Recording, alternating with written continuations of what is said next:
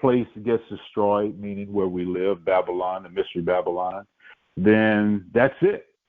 But it's not quite that. Especially when you look at Ezekiel and you see things, because Revelation 18 kind of goes over the destruction of Babylon, and that is an event that should surely take place soon. So things are moving along. As we started talking before we prayed and started the class, we were talking about some of the current events that's going on with the platforms that people who are awakened and have a huge following, they are putting things out that is disturbing the waters, okay? It's really rocking the boat, as we used to say. And we see that they, meaning the synagogue of Satan, will do anything in their power to keep us hidden and to keep doing as they have been doing for centuries and centuries, ever since the destruction of the temple, to be pretty honest with you. So that's what we're dealing with. So we always wonder why no one looks at Revelation 2:9 and Revelation 3:9, which calls them out. No one is, we're not making this stuff up. We're just not coming out and saying, and people are saying things about who the fake Jews are and who are the real Judeans of Yehuda. No one is really bringing those, because you got to deal with those two scriptures. That's what its start point has to be. It's not someone just saying it. Somebody's got to be the fake one. Someone has got to be the synagogue of Satan. It says it, right? So how do we move forward? Well, the Most High is moving, and He's moving us forward. And this lesson today is going to get into a lot of prophecy. This is like we had a Torah portions. This is going to be more like the prophets portions, okay? Because we're going to hit a lot of prophetic prophecies in Ezra, in Jeremiah, Isaiah, even Yahushua, his prophecies. All of these tell us about things that are going to go down. And it's like, I've said this once before, it's like a puzzle box, right? That you got the jigsaw puzzle box, and you know, sometimes you think a piece may go there, and no, it don't quite fit there. It looks like it does, but it doesn't quite fix. And you got to go and keep searching. When you finally get that piece, is going to come along in its proper time. You're going to find it in its proper time, and you're going to be able to put it on to your jigsaw puzzle until it's all complete. With that, we'll get into this topic, Mystery Babylon, destroyed, soon to be destroyed first, then Magog, and prayerfully that you will be able to benefit the Spirit. And I ask the Most High to allow His Ruach to be upon us all, that we may understand these writings and these prophecies, and that it does actually have you to think, you know, about things. Especially, we all want to know what's next. What's next? And I was saying before, when things were popping off with the coronavirus and everything and all this other madness as plagues have been opening up, I kept saying what I anticipate or what I understand to be next is the children of Israel got to be recognized. We got to be recognized for who we really are. Not for our own sakes, but that's going to bring glory to the Most High, as we want to see in the scriptures, because when He showed His power through us, that glorifies Him to all the nations, the ones that look at it so low. So I always looked at that as being the next thing that's going to happen. And then voila, here comes all this media attention where it's coming out again. And I think that the person, the athlete that we all know that play with the Nets, I think that his stance, I don't think he's going to waver from his stance. I think he's been in the truth long enough, not just got a little teaspoon of it and run off and say, oh, we're the Judeans. We're the Judeans. And the next thing you know, they take your television show or something like that, and then you shut up and apologize and go like a dog with your tail between your legs. I don't think that's the type of character, but I could be wrong. But anyway, this is actually going to be beneficial in bringing glory to the Most High. So let's get into it. Let's start with, as we always do, Colossians chapter 3, verse 17. And while we're going there, make sure you got your King James version or any other version would do. If that's all you got. And some people use online. Make sure you have a notepad, because these are scriptures you may want to take notes on. So Colossians 3:17, it reads, "And whatsoever you do in word or deed, do all by Hashem Hamashiach Yahushua, giving thanks to the Most High and the Abba, the Father, by Him." That's Hamashiach. Let's go to 2 Timothy chapter 3, verse 15. 2 Timothy chapter 3, verse 15. I already shared this lesson with the brothers and sisters back in Brazil. Normally I do it after the class, but now they hit my phone up and they got all these questions, so I'm just going to ignore those and keep moving. But that's a blessing that those brothers and sisters are finding benefit with it.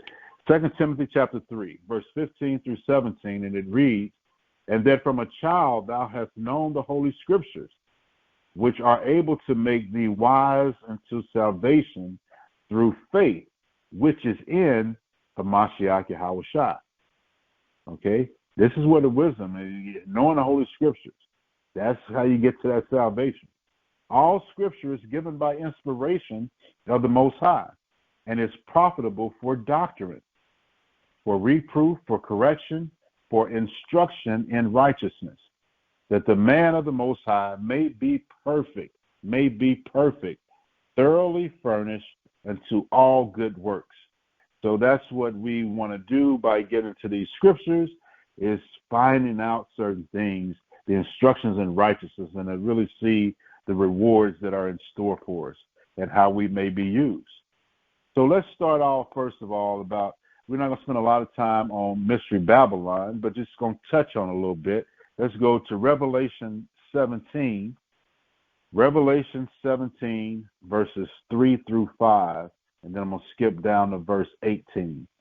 Revelation 17, verses 3 through 5, and it says, "So he carried me away in the spirit into the wilderness, and I saw a woman sit upon a scarlet-colored beast, full of names of blasphemy, having 7 heads and 10 horns. And the woman was arrayed in purple and scarlet color, and decked with gold and precious stones and pearls, having a golden cup in her hand, full of abominations and filthiness of her fornication. And upon her forehead was a name written, Mystery Babylon the Great, the mother of harlots and abominations of the earth." All right? So we see that. Let's skip over now to verse 18 of the same chapter. And verse 18 says, "And the woman which you saw is that great city, which reigneth over the kings of the earth." So that gives you an idea of who Babylon is. We all know the Mystery Babylon is, we are actually standing on the soil of Mystery Babylon.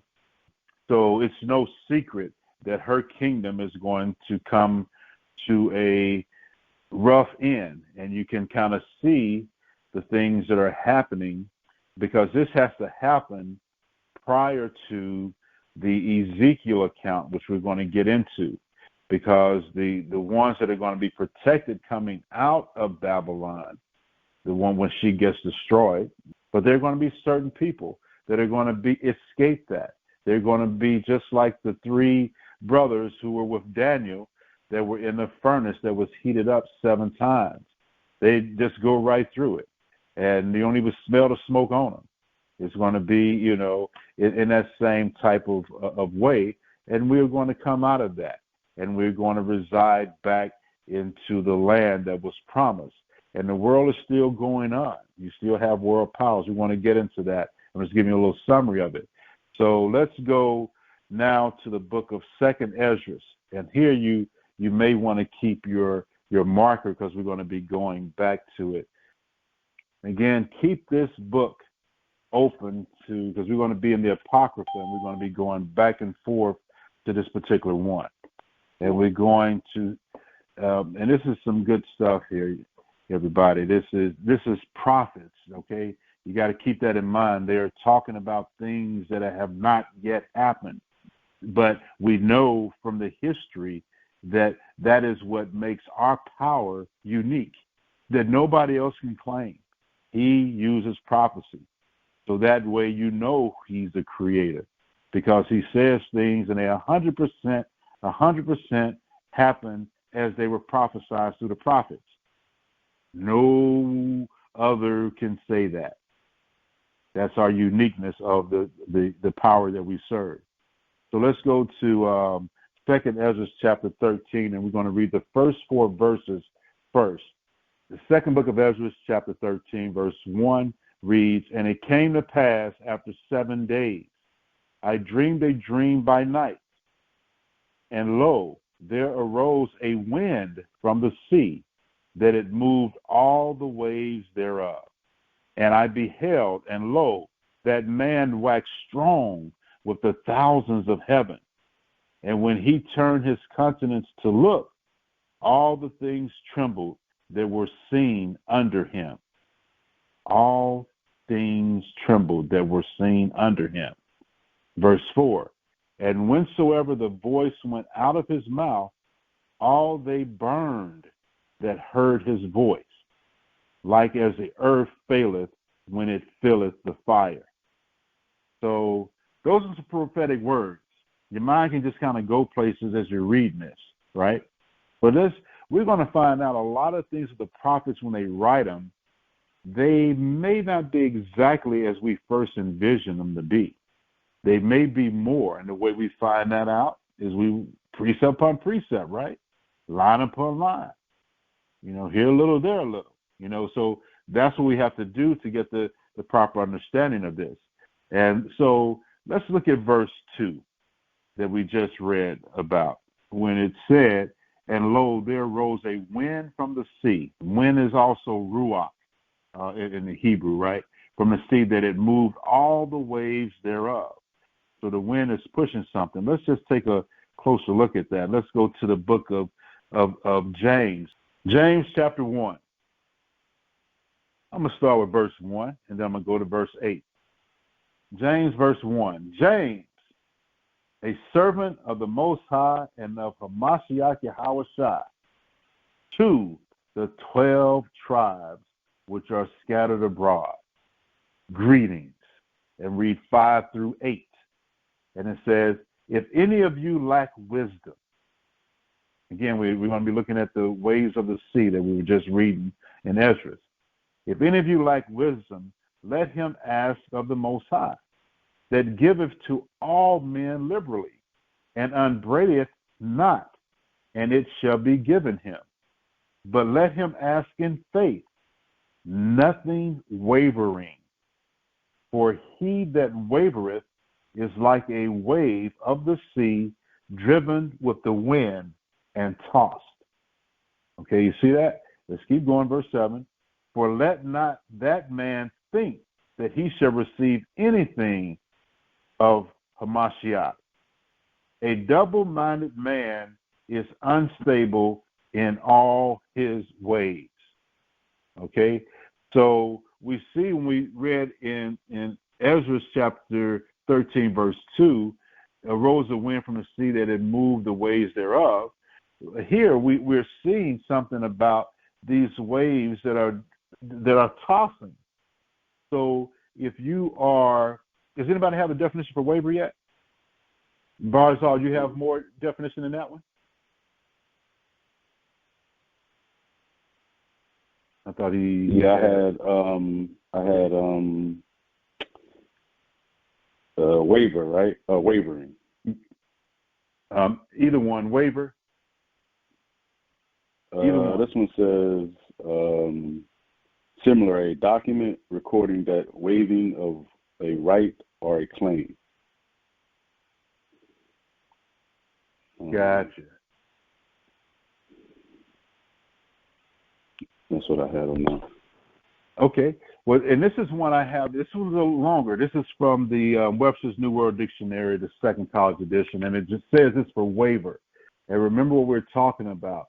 And it says to swing or sway to and fro, to flutter, to show doubt or indecision. To show doubt or indecision. Find it hard, or to be unable to decide. To find it hard or unable to decide.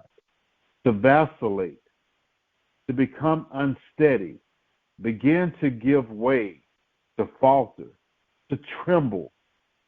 To quaver. To vary in brightness. To flicker instead of a light. Like a light is flickering, wavering. To fluctuate. To totter. The act of wavering, trembling, vacillating, etc.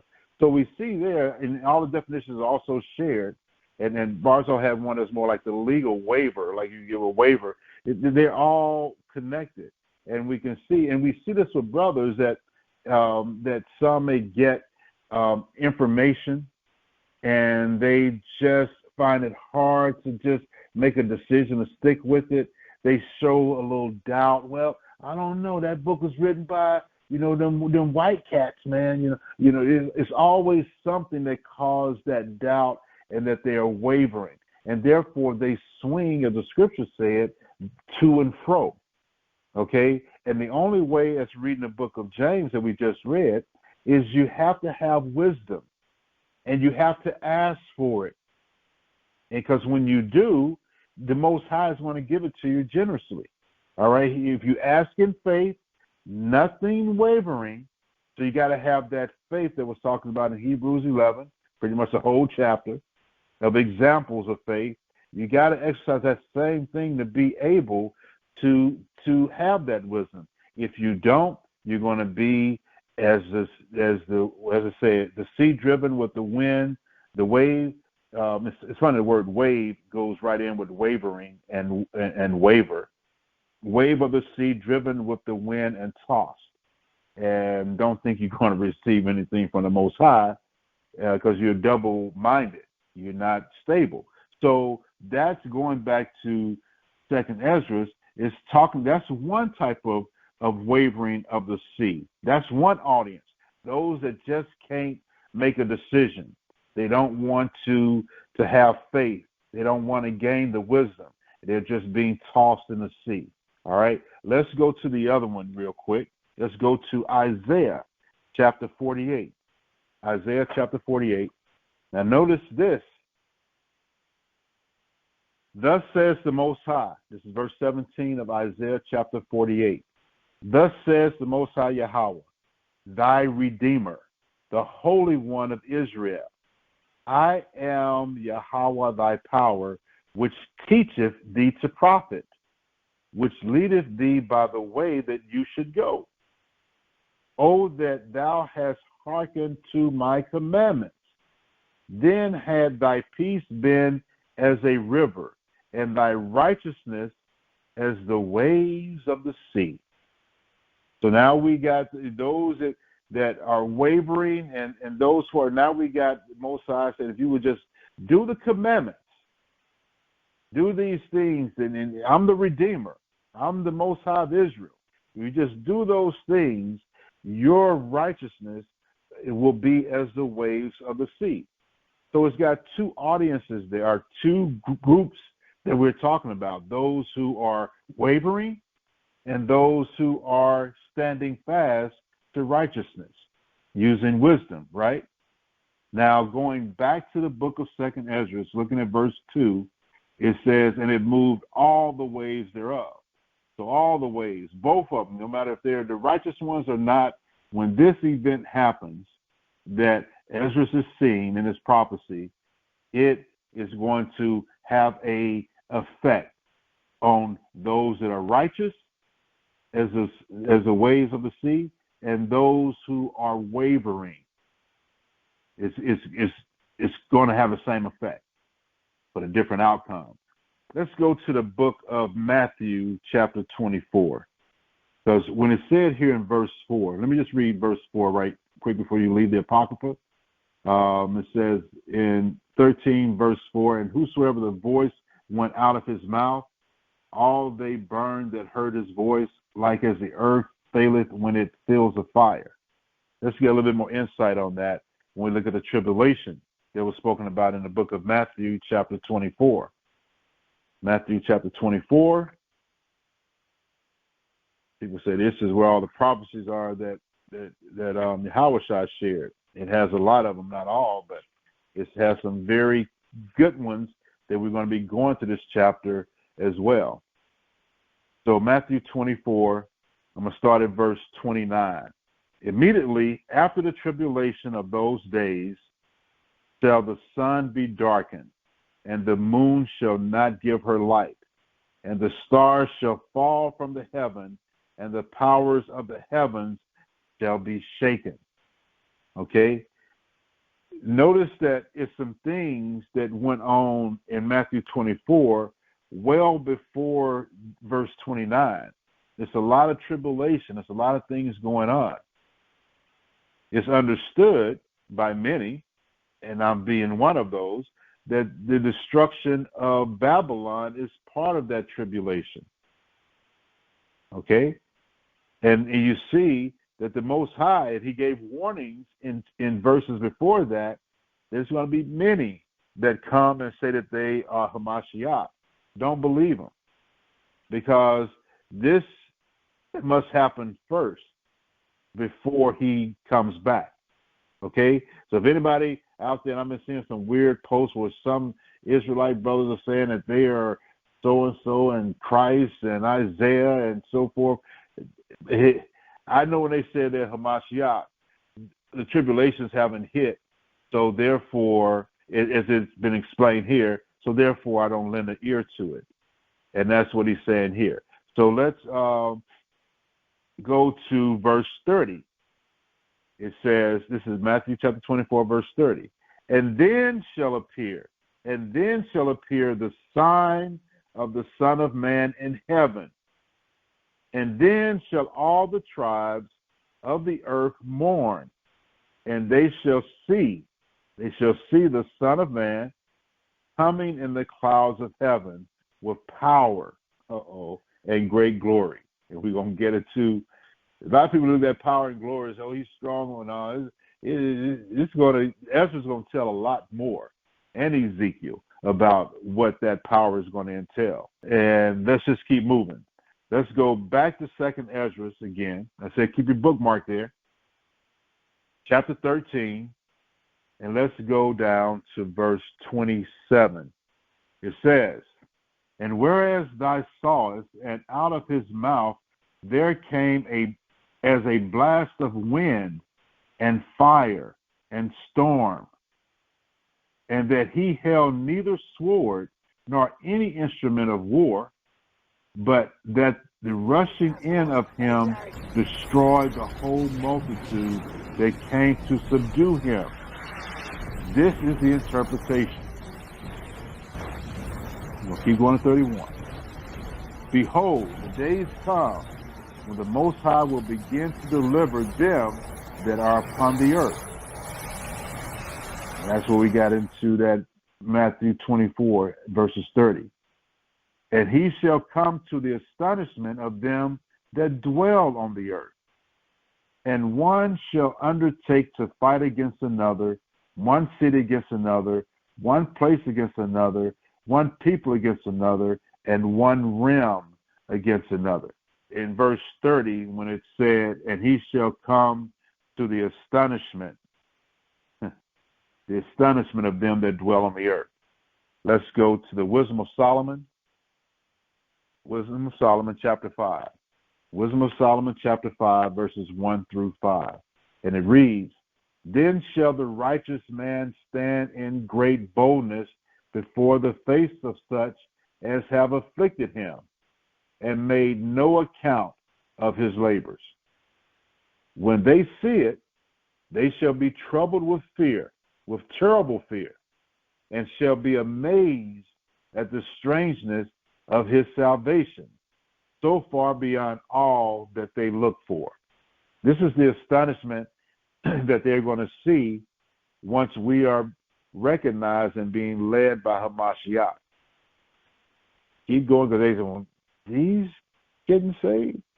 Not them, man. Anyway, verse 3. And they repenting and groaning for anguish of spirit shall say within themselves, this was he whom we had sometimes in derision and a proverb of reproach. We fools accounted his life madness and his end to be without honor.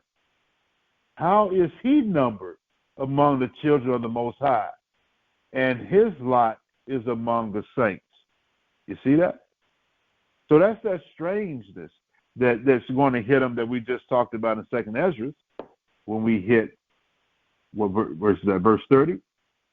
And he shall come into the astonishment of them that dwell on the earth, because they all treat us that way. You see how they do the basketball star. You see, by the influence, they count them as, oh, you ain't, nah. When they say who we are, no way. No way. And we're going to shut you down for saying something like that. Matthew 24, verses 6 through 13. And you shall hear of wars and rumors of wars. Now, all this is before the Hamashiach comes back, because that's in verse 29 or verse 30, right? So verse 6 again. And you shall hear of wars and rumors of wars.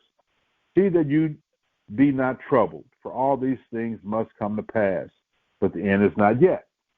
And we see that right now, right? For nation shall rise against nation, and kingdom against kingdom, and there shall be famines and pestilences and earthquakes in diverse places. All these are the beginning of sorrows.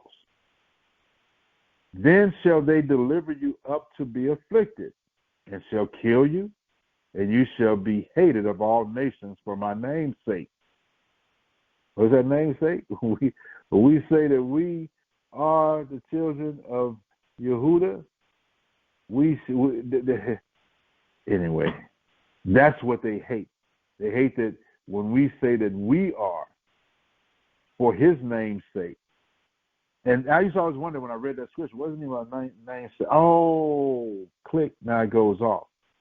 Verse 10, and then shall many be offended, and shall betray one another, and shall hate one another.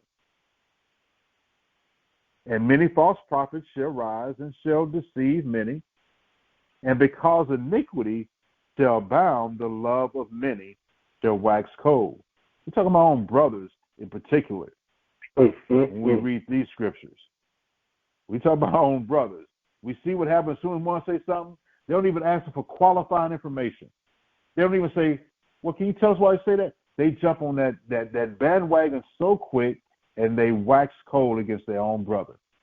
It's crazy. Verse 12, and because iniquity shall abound, the love of many shall wax cold, but he that shall endure to the end, the same shall be saved.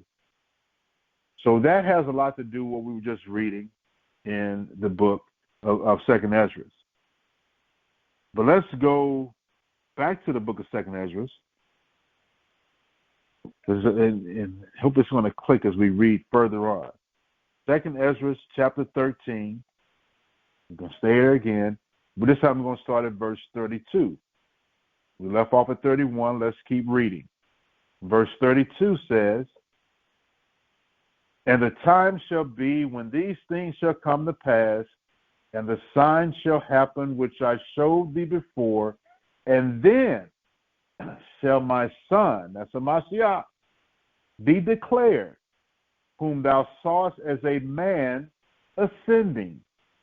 Verse 33, and when all the people hear his voice, every man shall in their own land leave the battle they have won against another. And an innumerable multitude shall be gathered together, as thou sawest them, willing to come and to overcome him by fighting.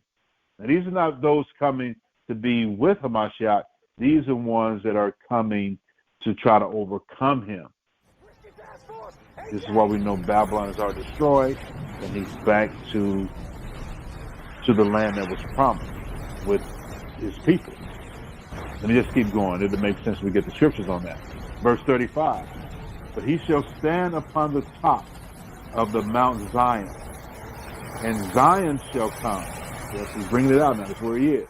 And Zion shall come and shall be showed to all men, being prepared and builded, like as thou sawest the hill graven without hands. And this, my son, Hamashiach, shall rebuke the wicked inventions of those nations, which for their wicked life are fallen into the tempest. Remember that word tempest. Now let's break this down just a little bit. Then it's all going to be put together as we go through the remaining parts of the class. So let's look at, we read 2 Ezra 13 and 32. It says, and the time shall be when these things shall come to pass, the signs shall happen, which I showed thee before, and then shall my son be declared, who you saw as a man ascending. So this was written prior to the new covenant, or what they call the new covenant. So let's just look at and see if it verifies the ascension part. We're going to go to two scriptures. Both of them going to be in John chapter 6, verses 62 and 63. It says, what? And if you shall see the Son of Man ascend up where he was before, it is the Spirit that quickeneth. The flesh profited nothing. The words that I speak unto you, they are spirit and they are life. So we see here Christ ascending, right? He's answering a question more so than anything with the question. When the disciples were murmuring, you have to read the rest of the chapter to get the contents. But this is when he was saying about ascending up to where he came from. But let's just get another witness on that. Let's go to John chapter 20, same book. So we know that this is talking about Yahweh Shai. I still don't understand why people discount Yahweh Shai, but oh well. May they come to proper understanding. John 20, verse 17. This is Yahweh Shai speaking. John 20, 17.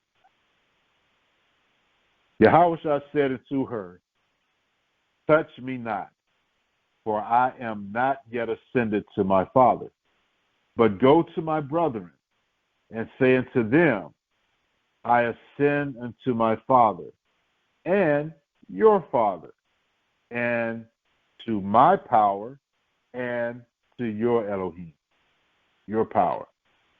Okay, so it's showing you who this person is in that we just read in the second book of Ezra. Okay, now let's look at let's go to Ezekiel. Let's kind of paint the picture of what's happening by chapter. Not all the chapters, just a few of them. We see in chapter 36 that the Most High is comforting Israel.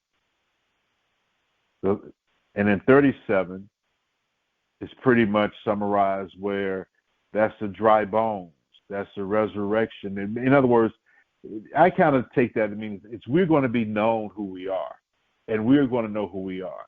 And then the dry bones getting back life. Then you got the two sticks that come together, the northern kingdom and the southern kingdom. Okay, and then 38, you got the prophecy against the army of Gog, Magog, who will come against Christ at Mount Zion and bring all these armies with him.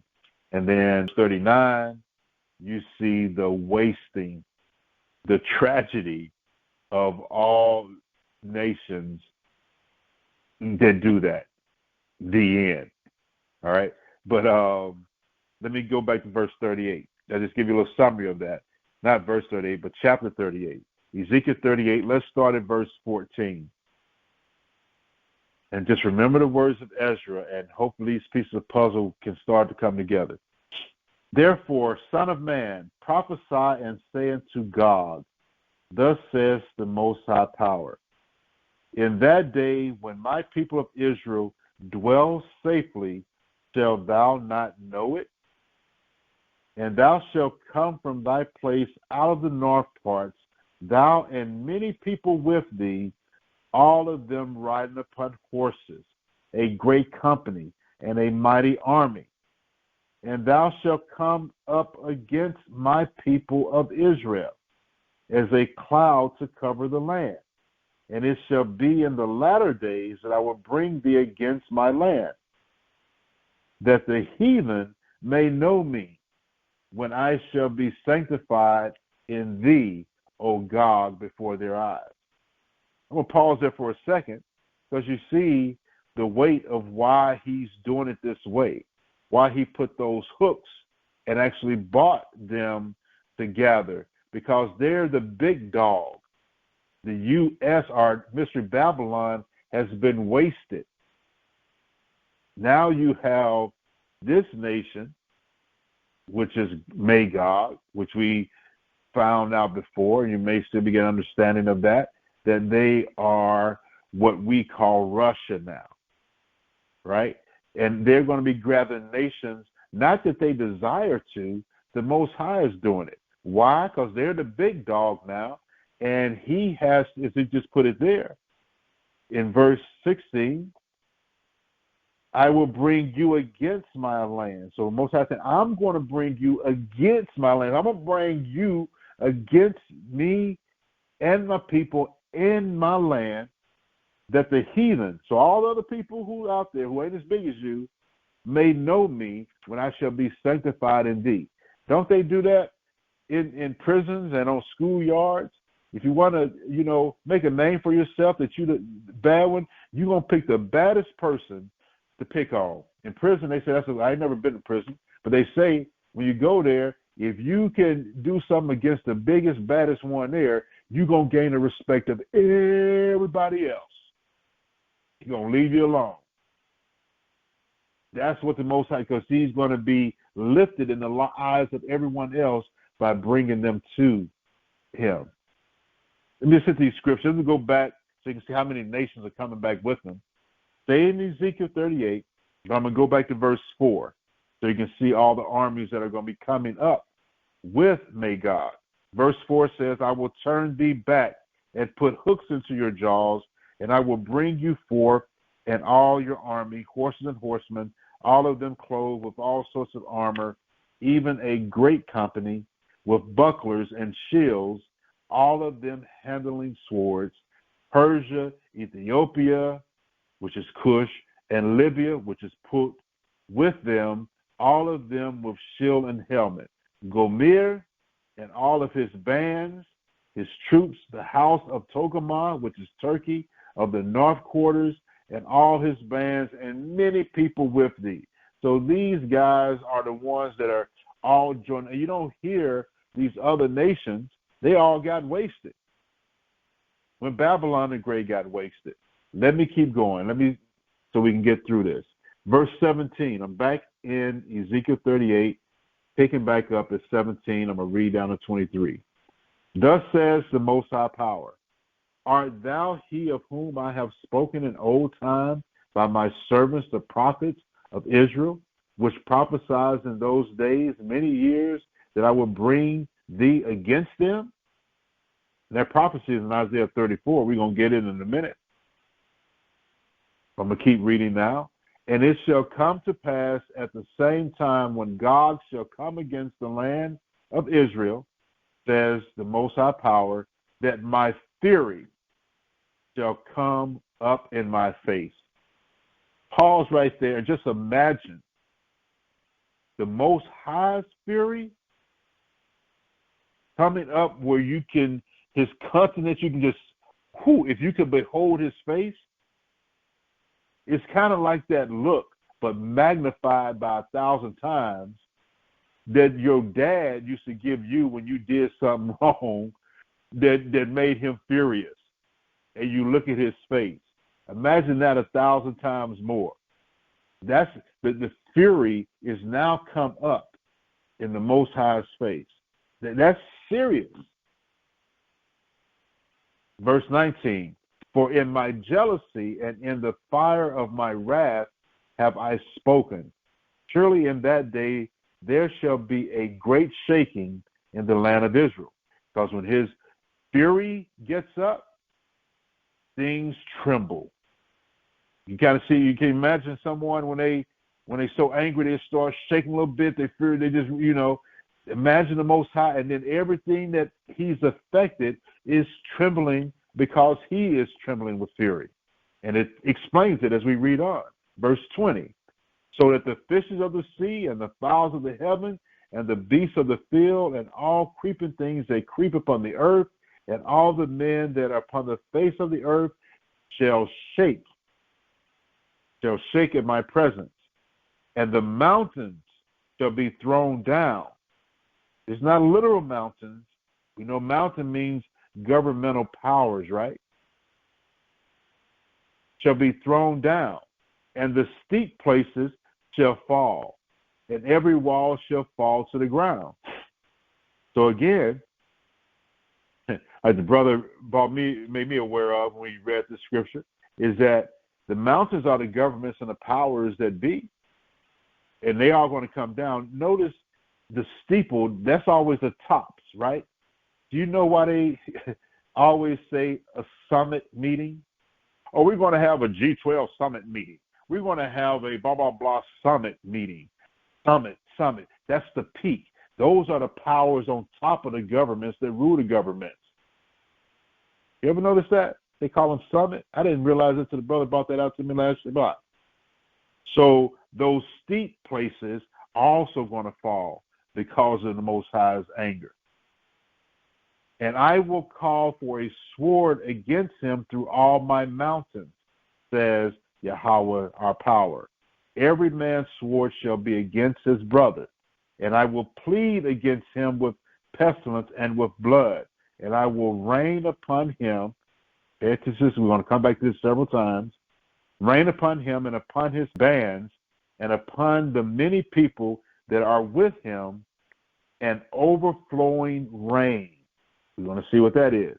And great hailstones, fire and brimstone.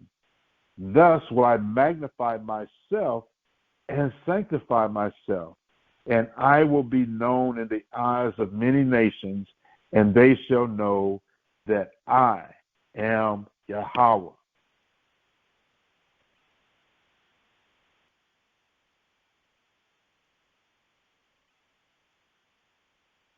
Chapter 34. There we go. And we're going to read verses 1 through 3. Isaiah 34, 1 through 3. Come near, you nations, to hear, and hearken, you people. Let the earth hear, and all that is in or there within the world, and all things that come forth out of it. For the indignation of the Most High is upon all nations, and his fury upon all their armies. He has utterly destroyed them. He has delivered them to the slaughter. Their slain also shall be cast out, and their stink shall come up out of their carcasses, and the mountains shall be melted with their blood. That's talking about the same thing that we were just reading in Ezekiel 38, verse 17. Let me just keep going. Talk about the whirlwind. Wow. Whirlwind tempest. Whirlwind tempest. Keep that in mind. They are all the same thing. You may already know that. Let's go to Zechariah chapter 9. Zechariah chapter 9, 13 and 14 says, when I have bent Judah for me, filled the bowl with Ephraim, and raised up thy sons, O Zion, against my sons, O Greece, and made thee as a sword of a mighty man. This is talking about people being the sword. And the Most High shall be seen over them, and his arrow shall go forth as the lightning, and the Most High power shall blow the trumpet. Most High shall blow the trumpet, and shall go with whirlwinds of the south. But these are individuals, children of Israel, Judah, and Ephraim, that are doing this. That is acting as a sword. And we see whirlwinds of the south. That word south in Hebrew is not, it actually says Negeb. Negeb. That's a region of land that used to be controlled by Judah, or the southern kingdom. It borders there now. One of the reasons why it's a separate place now is because it was overthrown during the Assyrian Empire, and then the Edomites took it over. So they controlled it. And that's where the border is. But it used to be part of the Negeb. That's, if you look in Hebrew, it's going to say the whirlwinds of the Negeb. So that is what it is. And those are people. But I'm going to show you what I'm saying here. Isaiah 21 and 1. Isaiah 21 and 1. The burden of the desert of the sea, as whirlwinds in the south pass through. So it cometh from the desert, from a terrible land. That's talking about the Negeb again, where the whirlwinds come. And you'll see that those are people, not just a literal whirlwind. The literal whirlwind, if you ever want to see it, we're not going to go to it, but Psalms 107 talks about there are literal whirlwinds, but these tempests and the fury that we're talking about is separate. This is something different. And I'll prove it to you when we get to the scripture that brings out the Most High's fury. Let's go to Jeremiah 30, verses 2 through 3. Jeremiah 30, verses 2 and 3. Thus speaketh the Most High power of Israel, saying, write thee all the words that I have spoken to thee in a book. For look, the days come, says the Most High, that I will bring again the captivity of my people Israel and Judah, says the Most High, and I will cause them to return to the land that I gave to their fathers, and they shall possess it. Okay? Let's skip to verse 22 through 24. And you shall be my people, and I will be your power. Behold, the whirlwind of the Most High goeth forth with fury, a continuing whirlwind. It shall fall with pain upon the head of the wicked. The fierce anger of the Most High shall not return until he has done it, and until he has performed the intent of his heart. In the latter days you shall consider it. Again, these are another prophets. They all talking about the same thing. And just to play on words, again, this is one of the benefits of being able to go to the Hebrew language and find out certain things. And I'm going to share with you as briefly as I can. First of all, the word for the tempest or the storm or the rage, it has a root word, and it is zayah. Zayah. Zayah. Okay? That's a verb. That's just saying a storm or a rage.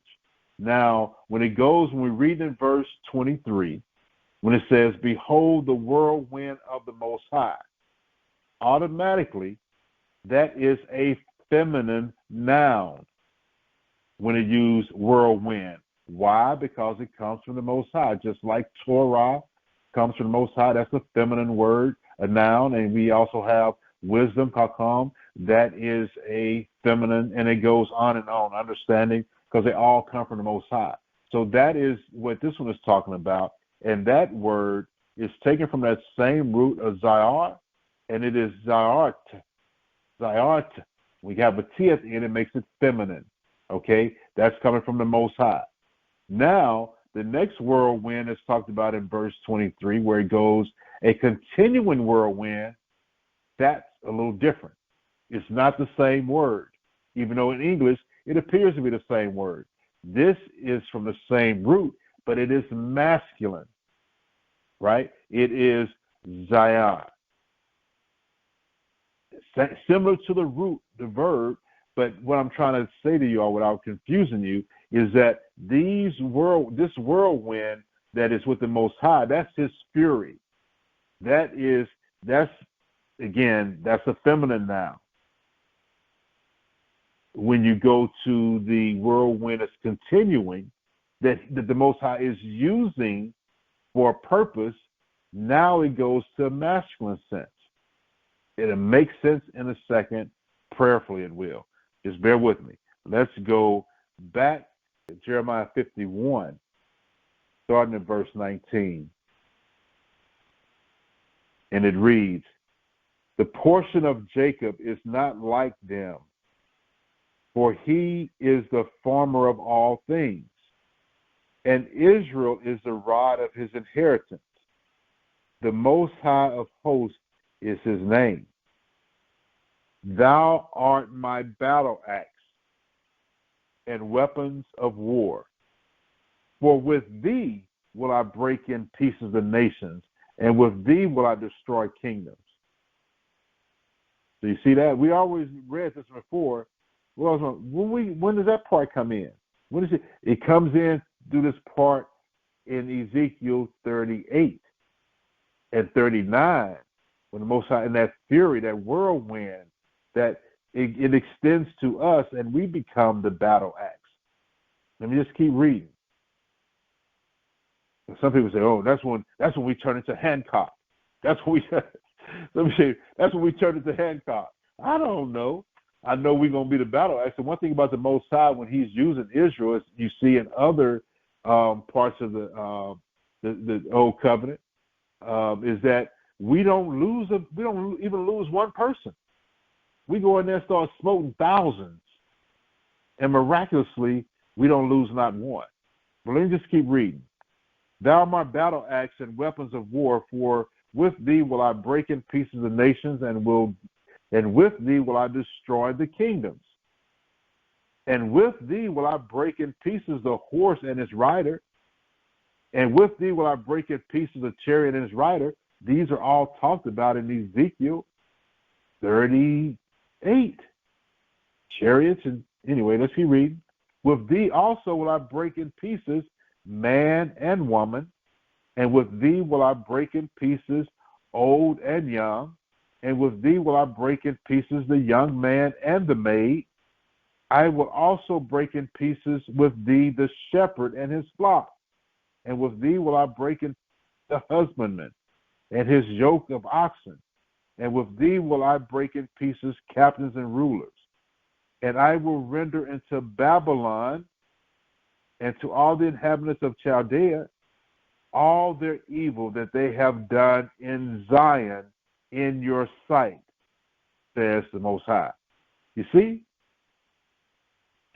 That's how he used it, and it all fits in line. Let's just skip down to verse 27. Set up a standard in the land, blow the trumpet among the nations, prepare the nations against her, call together against her the kingdom of Ararat, that's in Togarmah, Mount Ararat, that's in Togarmah in Turkey, Manai, and Ashkenaz. Appoint a captain against her. Cause the horse to come up as the rough caterpillars. That's serious battle action. He's using his people as those things. Let's look at the rain real quick, and I'm going to hit these other ones. Again, we are focusing back on being the fire, the whirlwind, the rain, and the sword, being individuals in the battle in Magog, the last one. Micah chapter 5, 7 through 9. Micah chapter 5, 7 through 9. And the remnant of Jacob shall be in the midst of many people as a dew from the Most High, as the showers upon the grass, that tarrieth not for man, nor waiteth for the sons of man. And tarry means to be slow or inactive. No, it ain't going to be no tarrying. And the remnant of Jacob shall be among the Gentiles in the midst of many people, as a lion among the beasts of the forest, as a young lion among the flocks of sheep, who, if he go through, both treadeth down and tears in pieces, and none can deliver. Okay? Let's give a precept to verse 7 about the remnant of Jacob. Let's go to Deuteronomy chapter 32. This is Deuteronomy chapter 32, verses 1 through 3. Talking about rain here. Rain being people, or in a sense being people, as we just read in Micah. But here we see also how Moses uses that rain. And this is part of Moses' song. This actually is a musical piece as well. But anyway, Deuteronomy 32, verses 1 through 3. Give ear, O you heavens, and I will speak, and hear, O earth, the words of my mouth. My doctrine shall drop as the rain, my speech shall distill as the dew, and the small rain upon the tender herb, and as the showers upon the grass. Verse 3, because I will publish the name of the Most High. Ascribe you greatness unto our power. So he's saying, as he is doing the publishing and making known the Most High and his characteristics, he is in essence acting as, with those doctrine, as the water does and the rain does, that causes things to grow and to flourish. Okay? So let's go to Isaiah chapter 10, verses 20 through 22.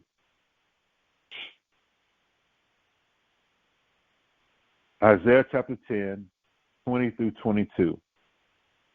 And it shall come to pass in that day that the remnant of Israel, and such as are escaped of the house of Jacob, shall no more again stay upon him that smote them, but shall stay upon Yahweh, the Holy One of Israel, in truth. The remnant shall return, even the remnant of Jacob, unto their mighty God, or the mighty power. For though thy people Israel be as the sand of the sea, yet a remnant of them shall return. The consumption decreed shall overflow with righteousness. How are we the fire? In Zechariah 12:6. In that day will I make the governors of Judah, and that's the remnants, in that day will I make the governors of Judah like a hearth of fire among the wood, and like a torch of fire in the sheath, and they shall devour all the people round about, on the right hand and on the left. And Jerusalem shall be inhabited again in her own place, even Jerusalem. We're talking about the same things. If y'all not seeing it, but it's showing now who's going to be that battle axe. Judah's going to be like the fire. He's the fire among the wood. Ezekiel 38:22 is what you already read. We're going to reread it again. Ezekiel 38:22. Ezekiel 38:22 says, "And I will plead against him with pestilence and with blood, and I will rain upon him." This is the him is those Magog and all the people that are gathered against the Most High. His son is there with us, and they've been brought into war. Here he goes again. "I will plead against him that with pestilence and with blood, and I will rain upon him and upon his bands and upon the many people that are with him, an overflowing rain and great hailstones, fire and brimstone," the battle axe. Micah chapter 4. But listen to these words, because they all chime into what we're saying, and hopefully it would make it stick in our minds and in our spirit. And it says in Micah chapter 4, the whole chapter, "But in the last days it shall come to pass that the mountain of the house of the Most High shall be established in the top of the mountains, and it shall be exalted above the hills, and people shall flow unto it. And many nations shall come and say, Come, and let us go up to the mountain of the Most High, and to the house of the power of Jacob, and he will teach us of his ways, and we will walk in his paths. For the law shall go forth in Zion." In other words, it's going to be very valid, the Torah in Zion, "and the word of the Most High from Jerusalem. And he shall judge among many people, and rebuke strong nations afar off. And they shall beat their swords into plowshares, and their spears into pruning hooks. Nation shall not lift up a sword against nation, neither shall they learn war any more. But they shall sit every man under his vine and under his fig tree, and none shall make them afraid. For the mouth of Yahweh of hosts has spoken it." So it's guaranteed.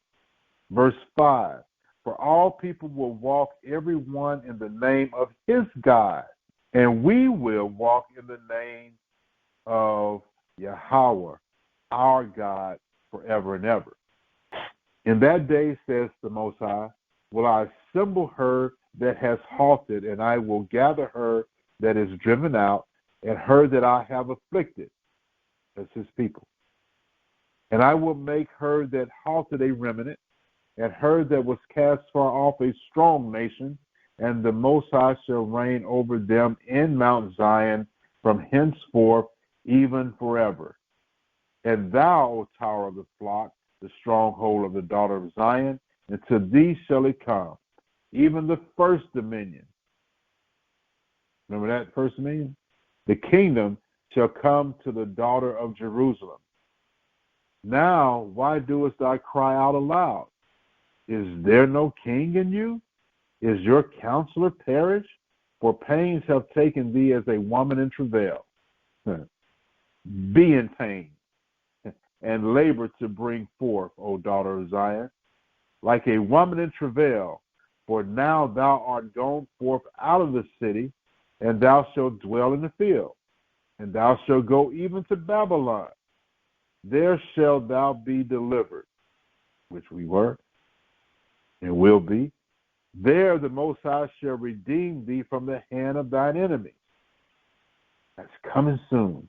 Verse 11, "Now also many nations are gathered against thee, that say, Look at her be defiled, and let our eye look upon Zion.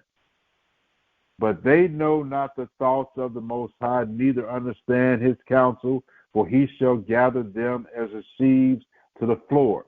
So this is the Babylon ending. This is going into the Magog part. "Arise and thresh, O daughters of Zion, for I will make thine horn iron, and I will make your hoofs brass, and you shall beat in pieces many people. And I will consecrate their gain unto the Most High, and their substance unto the Most High of the whole earth." Or it's supposed to say, "I will consecrate their gain unto Yahweh, and their substance unto Yahweh Shai of the whole earth." That's how it reads. Psalms 83, I'm going to start at verse 12. We all know about the first part. We talked about Most High's enemies and try to make us as though what we see in the news and the media dealing with the basketball star. They try to make us feel that we ain't no nation. You ain't nothing. You're hidden. Now let's go down to verse 12. Verse 12. This is Psalms 83, verse. Who said, let us take ourselves the houses of the Most High in possession? Who is that? Which nation? Where y'all at? Who y'all say y'all going to be taking Most High's treasure and possessing? Where y'all at? Verse 13. O my power, make them like a wheel, as the stubble before the wind. As the fire burneth a wood, and as the flame setteth the mountains on fire, so persecute them with your tempest. Remember that tempest, that storm, the whirlwind, and make them afraid with your storm. Fill their faces with shame, that they may seek your name, O Yahweh. Let them be confounded and troubled forever. Yeah, let them be put to shame and perish, that men that may know that thou, whose name alone is Yahweh, are the Most High over all the earth. So that's it. That's the mystery Babylon destroyed first, then Magog, and breaking down of the instrument, which are the children of Israel, that will be partaking in that. So all praise, hallelujah, to the Most High for allowing us to go over these prophecies. So are there any questions, comments? This is the word of the Lord of hosts. I took you from the pastures and from following the sheep to be prince over my people Israel. I have been with you wherever you have gone, and have destroyed all the enemies in your path. I will make you a great name among the great ones of the earth. I will assign a place for my people in Israel. There I will plant them, and they shall dwell in their own land.